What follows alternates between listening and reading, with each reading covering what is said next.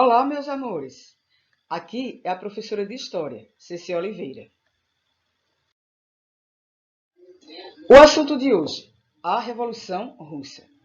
No final do século XIX, o Império Russo era o maior país do mundo, 2 milhões de quilômetros, e abrigava uma população cerca de 160 milhões de habitantes, composta de dezenas de povos com línguas e costumes próprios.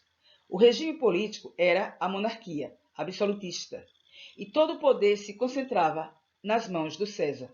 Ele nomeava e demitia ministros conforme sua vontade, censurava jornais, revistas e decidia em nome da nação.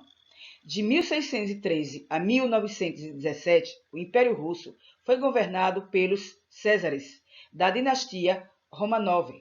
O César e sua família, a nobreza, os boiardos e o clero ortodoxo possuía enormes privilégios e eram donos da maior parte das terras russas.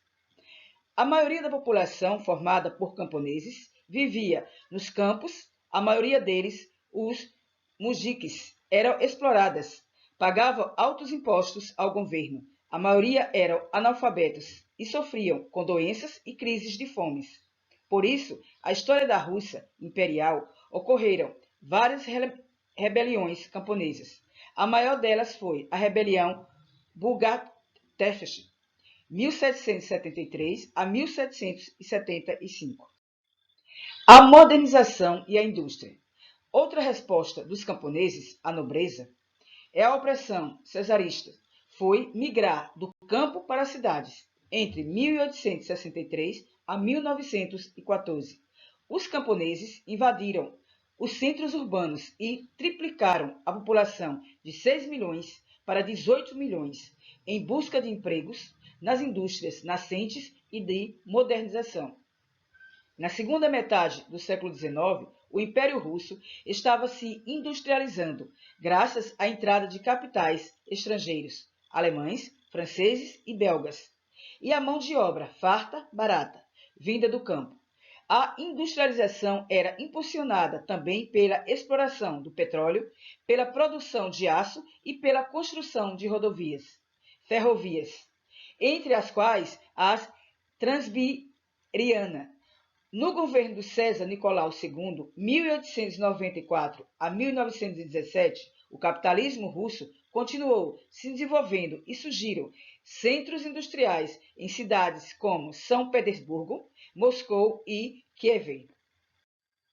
O socialismo. No século XIX, em meio às lutas do operariado europeu por melhores condições de trabalho e de vida, dois pensadores alemães, Karl Marx, 1818-1883 e Friedrich Engels, 1820 a 1895, criaram uma corrente dentro do socialismo, a qual eles próprios deram o nome de socialismo científico. As principais ideias dessa doutrina, também conhecida como marxismo, a doutrina marxista propõe a transformação da sociedade, visando a repartição da riqueza e uma nova igualdade social, opondo-se ao liberalismo. Critica a injustiça social e propõe o advento de uma sociedade sem classes. O socialismo na Rússia.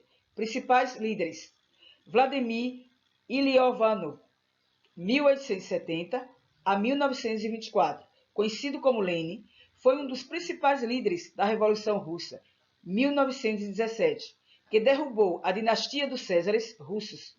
No poder, passou a distribuir terras a camponeses e transferiu os representantes dos operários o controle das indústrias. Leon Bronstein, 1879 a 1940, conhecido como Trotsky, foi um intelectual marxista e revolucionário bolchevique, organizador do Exército Vermelho, e, após a morte de Lenin, rival de Stalin, na disputa pela hegemonia do Partido Comunista da União Soviética, tornou-se figura central da vitória bolchevique na Guerra Civil Russa.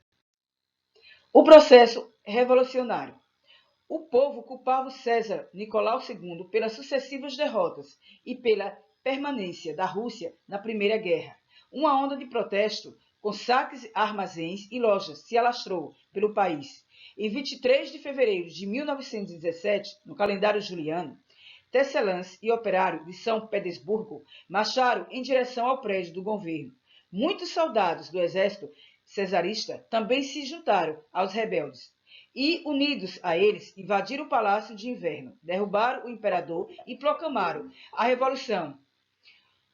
A República. Formou-se então um governo provisório. O governo provisório. O governo provisório, liderado por políticos moderados como o advogado Alexandre Kerensky, procurou diminuir a insatisfação popular, libertando os presos políticos, concedendo liberdade de imprensa e permitindo a volta dos exilados. Mas contrariou os anseios do povo ao declarar que a Rússia continuaria na guerra. O líder bolchevique Vladimir Lenin, que se encontrava exilado, retornou à Rússia em abril de 1917 e passou a defender a derrubada do governo provisório, a retirada da Rússia da guerra e a repartição de terras entre os camponeses.